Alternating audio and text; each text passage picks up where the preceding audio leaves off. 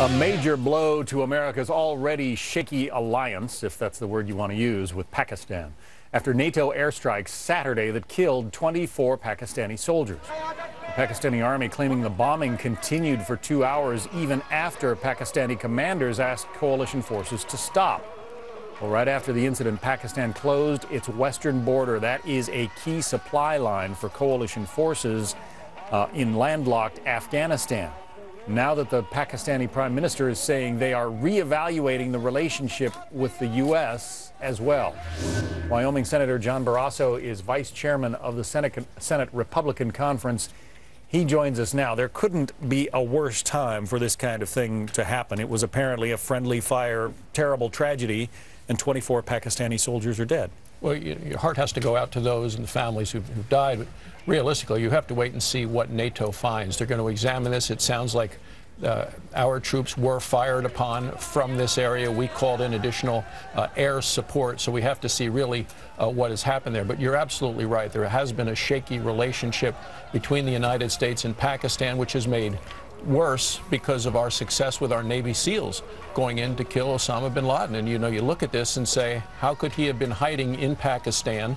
Were the Pakistanis incompetent, or were they in cahoots? In a garrison town, a military town.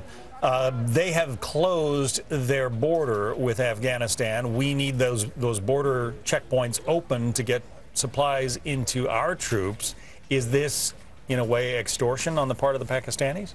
Well, the Pakistanis have received from the United States about $20 billion over the last 10 years. I know Secretary of State Clinton has been there within the last couple of weeks. There needs to be a relationship between the United States and Pakistan in this war on terror, because obviously the Taliban come into Afghanistan, attack our troops, and then go back and hide in Pakistan.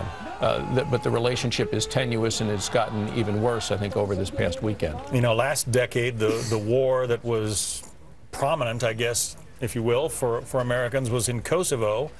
Now that war has pretty much been, well, it's certainly gone to the back pages, if even that.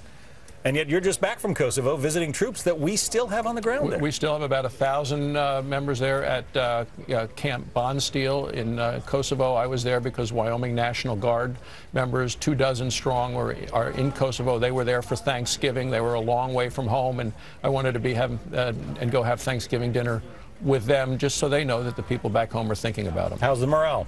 Well, the morale is good. They wanted to talk about Wyoming, about their hunting season, about the football games, and what's happening at home. But they're there doing a very important mission. We have troops all around the world. And very quickly, I know you've also been meeting with some of the folks involved in the European banking crisis. You say that their economic situation may be more dire than ours. Well, it seems to be the flight to safety is dollars coming into the United States. I did, on the way back from Kosovo, stop and talk to folks at the European Central Bank about what the next step forward are going to be because of their role in trying to keep the euro afloat at a time when there is clearly had been overspending for a long period of time, issues in Greece and in Italy, and the implications for the United States if additional stresses on the European currency will affect us at home. Senator John Barrasso from Wyoming, good to have you in. Thanks for having me. Appreciate it. You bet. Thanks, John.